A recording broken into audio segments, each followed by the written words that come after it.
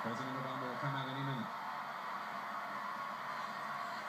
And as some say, he will be surrounded by supporters when he comes up to take the podium and give that speech. John Brazili, Matthew Balfour, quickly, what do you think the president should say?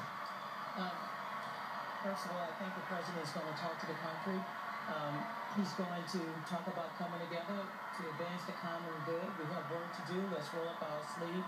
I'm ready to work with the Republicans. I'm ready to help to bring the country together. I think it's going to be a very conciliatory message, but I also think it's an evening to celebrate.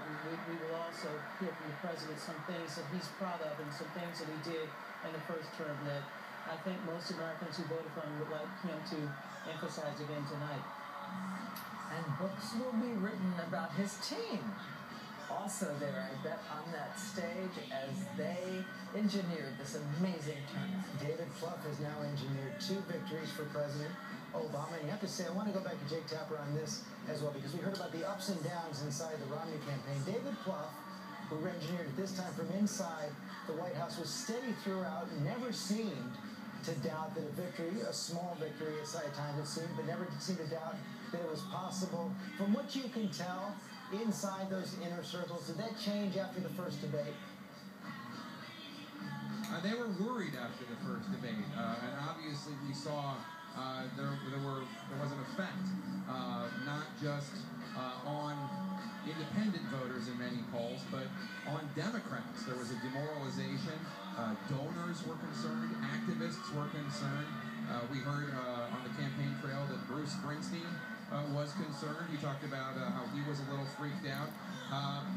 Robert Gibbs, I was talking to him earlier, the president's former aide and former press secretary.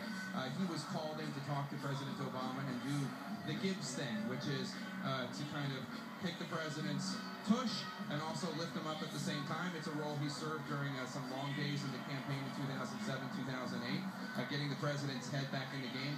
But Gibbs said he didn't need to do it. President Obama realized what had happened after that first debate, and he got himself back where he needed to be.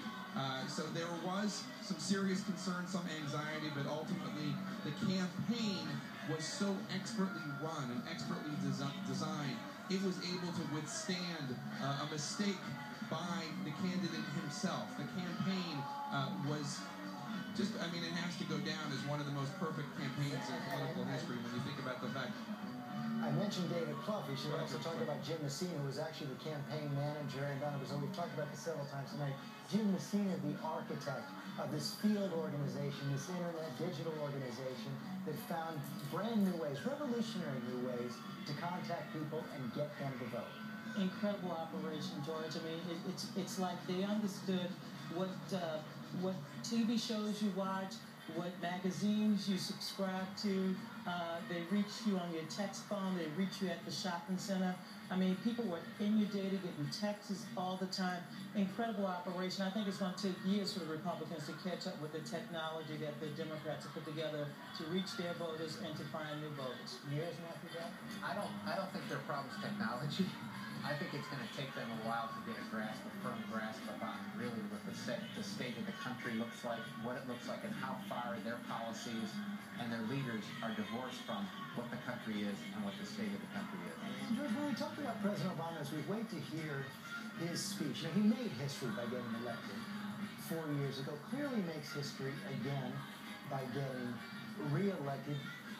And of course, he said this is only going to be the very beginning of his second term, but can he earn a place among the very top tier?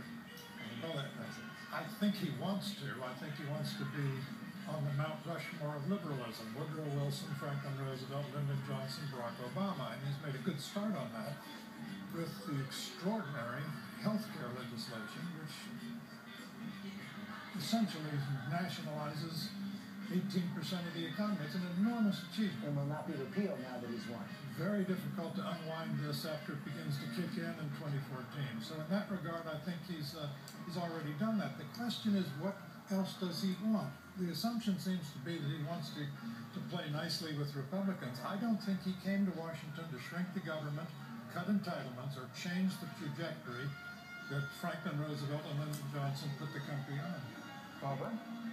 I began the evening talking about the wives, and I want to, as we get to the end